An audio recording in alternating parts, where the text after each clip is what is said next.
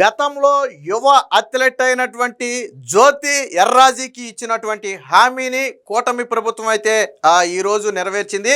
గతంలో Asian athletic ఛాంపియన్షిప్లో gold medal సాధించి త్రివర్ణ పతాకాన్ని ప్రపంచ స్థాయిలో రెపరెపలాడించినటువంటి జ్యోతిని గతంలో నారా లోకేష్ గారు పిలిచి మాట్లాడటంతో పాటు భవిష్యత్తు టోర్నమెంట్లకు అవసరమైన సహాయ సహకారాలు అందిస్తామని, అలాగే క్రీడాకారులకు 100% కూటమి ప్రభుత్వం అండగా ఉంటుంది ఒక హామీ ఇచ్చారు. సో నిన్న ఇచ్చిన హామీని నిన్న కేబినెట్ మీటింగ్లో ఫుల్ఫిల్ చేశారు.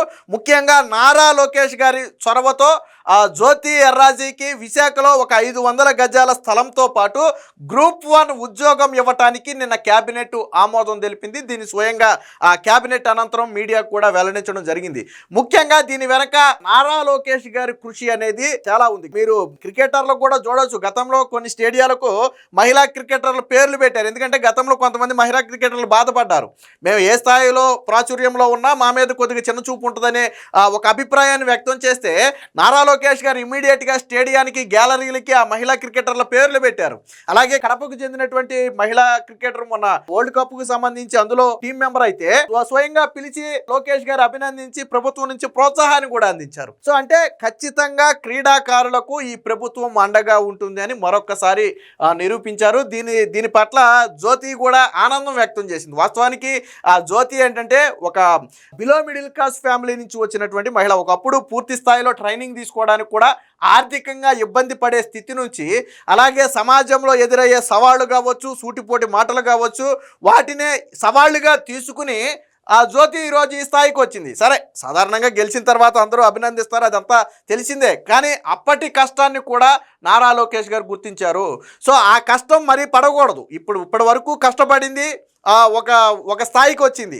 బట్ ఇక నుంచి జ్యోతి శిక్షణకు ఆర్థిక ఇబ్బందులు ఉండకూడదు, తాను ఒలింపిక్సే లక్ష్యంగా కృషి చేస్తున్నానని గతంలో చెప్పింది. అలాగే ఇతర ఛాంపియన్షిప్స్లో, ప్రపంచ ఛాంపియన్షిప్లో మెడల్ సాధించడమే లక్ష్యంగా నేను ట్రైనింగ్ చేస్తున్నాను, బట్ నాకు ఆ ట్రైనింగ్కి సంబంధించి కొన్ని ఆర్థిక ఇబ్బందులు ఉన్నాయని గతంలో నారా లోకేష్ గారితో చెబితే 100% ఆదుకుంటామని చెప్పి అప్పట్లో కొంత ఫైనాన్షియల్ సపోర్ట్ కూడా ఇమీడియట్గా జ్యోతికి అయితే ఇవ్వడం జరిగింది. కుటుంబ సభ్యులతో సహా జ్యోతిని పిలిపించుకుని లోకేష్ గారు మాట్లాడటం జరిగింది.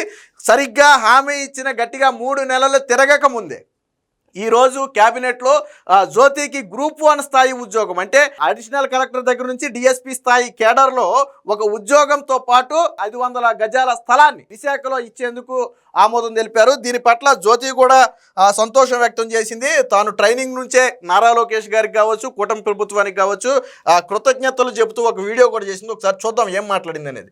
అందరికీ నమస్కారం. నా పేరు జ్యోతి ఎర్రాజీ.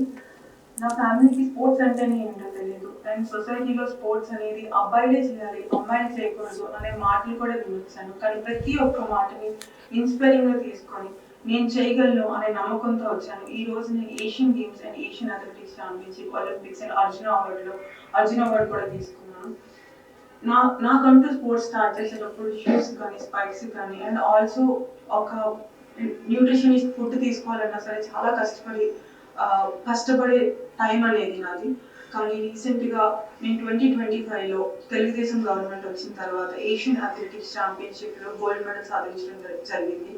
దాని తర్వాత నారా లోకేష్ అన్న నన్ను పిలిచి అభినందించారు. అండ్ నా స్పోర్ట్స్ కెరియర్లో ఎటువంటి సపోర్ట్ కావాలన్నా, ఫైనాన్షియల్లీ కానీ, లేదంటే ఎలాంటి మెడల్స్ కోసం నువ్వు భయపడాల్సిన అవసరం లేదు, అన్నగా నేను మీకు తోడుగా ఉన్నానన్న సపోర్టింగ్ మాటను నాకు చెప్పారు. సో గతంలో లోకేష్ గారు చెప్పింది ఒకటే, ఇక నుంచి నువ్వు ఇబ్బంది పడొద్దు, నీకు ఎటువంటి సపోర్ట్ కావాలన్నది, మోరల్ సపోర్ట్ కావచ్చు, ఫైనాన్షియల్ సపోర్ట్ కావచ్చు, లేదా ఇంకో రూపంలో కావచ్చు, ఎటువంటి సపోర్ట్ కావాలన్నా ఒక అన్నగా నేను ఉన్నాను, 100కు 100% నన్ను అడగమని చెప్పి ఆ రోజు జ్యోతికి నారా లోకేష్ గారు ఒక అభయం ఇచ్చారు. సో అదే విషయాన్ని ఈరోజు జ్యోతి కూడా వీడియోలో చెప్తుంది. అండ్ ఆల్సో నాకు మనీ కూడా ఇచ్చి నెక్స్ట్ వచ్చే కాంపిటీషన్స్ కోసం ప్రిపేర్ అవ్వడానికి నాకు సపోర్ట్ అనేది ఇచ్చారు.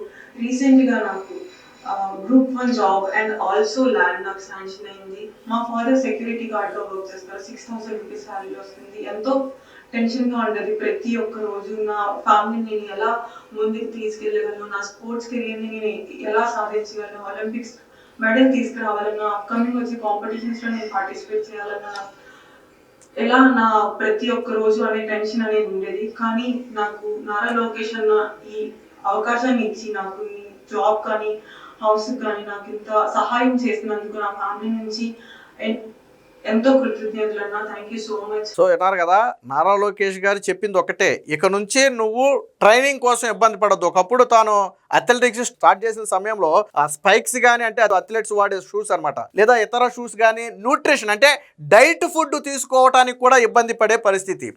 జ్యోతి తండ్రి ఒక సెక్యూరిటీ గార్డుగా 6,000 రూపాయల జీతానికి పనిచేస్తారంటే 6,000 రూపాయల జీతంతో ఆ కుటుంబాన్నే చూసుకోవాలా, ఇంటి అద్దెలే కట్టాలా, లేదా ఆ పిల్లల్నే పోషించాలా, లేదా అథ్లెట్స్కి ప్రిపేర్ అయ్యే వీళ్ళకి ఆ న్యూట్రిషన్స్కి వీటికి సహాయం చేయాలా? సో అలాంటి పరిస్థితి నుంచి జ్యోతి ఈ స్థాయికి వచ్చింది. సో ఇక నుంచి అలాంటి కష్టం జ్యోతి పడకూడదనే గతంలో ఇమీడియట్గా, అంటే ఏదో మాటలు చెప్పి నీకు కావాల్సినప్పుడు అడిగమ్మా నాకు ఫోన్ చేయి నేను చూస్తాను, ఆ మాటలు చెప్పడం కాదు, ఏదైతే ఆర్థిక సహాయం చేస్తామో అని చెప్పారో మొన్న ఆల్రెడీ ఆర్థిక సహాయం చేశారు, ఆ కుటుంబానికి చెక్ రూపంలో అందించేశారు.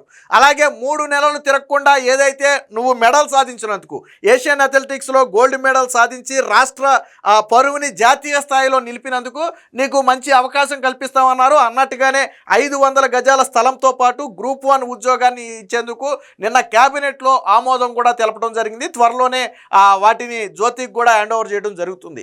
అంటే కూటమి ప్రభుత్వం క్రీడాకారుల పట్ల ఎంత చిత్తశుద్ధితో ఉంది, క్రీడాకారులను ఎంతగా ప్రోత్సహిస్తుంది అనేది చెప్పడానికి ఇదొక ఉదాహరణ. ఏది ఏమైనా ఆ జ్యోతి లాంటి అనేక మంది యువ అథ్లెట్లకు ఈరోజు నారా లోకేష్ గారు ఒక స్ఫూర్తిగా నిలిచారు. మనం కష్టపడితే ఆంధ్రప్రదేశ్ ప్రభుత్వం మనకు అండగా ఉంటుంది, నారా లోకేష్ గారు మనకు అండగా ఉంటారు. సో భవిష్యత్తులో మనకు ఏ ఇబ్బంది రాకుండా వాళ్ళు చూసుకుంటారు అనే ఒక భరోసాను ఈరోజు జ్యోతి ద్వారా నారా లోకేష్ గారు యువ అథ్లెట్లకు అందరికి కూడా ఇవ్వడం జరిగింది. మొత్తంగా నారా లోకేష్ గారు చొరవ కావచ్చు, లేదా కూటమి ప్రభుత్వం తీసుకున్నటువంటి నిన్నటి నిర్ణయం మీద కావచ్చు, అటు క్రీడాకారులతో పాటు ఇటు ప్రజలందరూ కూడా హర్షం వ్యక్తం చేస్తున్నారు. ఈ కూటమి ప్రభుత్వం చెప్పిన పనిని ఖచ్చితంగా చేస్తుంది, క్రీడాకారులకు అండగా ఉంటుందనే వాదన ఈరోజు బలంగా ప్రజల్లోకి వెళ్ళిందంటే అది కేవలం నారా లోకేష్ గారి వల్లే. అలాగే భవిష్యత్తులో జ్యోతి అనుకున్నట్టుగానే ఒలింపిక్స్లో పథకం కూడా సాధించి ప్రపంచ స్థాయిలో మన దేశ పరువుని రాష్ట్ర పరువుని కూడా నిలబెట్టాలని అందరం కోరుకుందాం. అలాగే యువ అథ్లెట్లందరూ కూడా ఎవరు నిరుత్సాహపడొద్దు, మీరు కష్టపడండి, లోకేష్ అండగా ఉంటారు, కూటమి ప్రభుత్వం అండగా ఉంటుంది. ఖచ్చితంగా మీరు అనుకున్న లక్ష్యాలు సాధించడానికి వారి తోడ్పాటు ఉంటుంది అనటంలో ఎటువంటి సందేహం లేదు.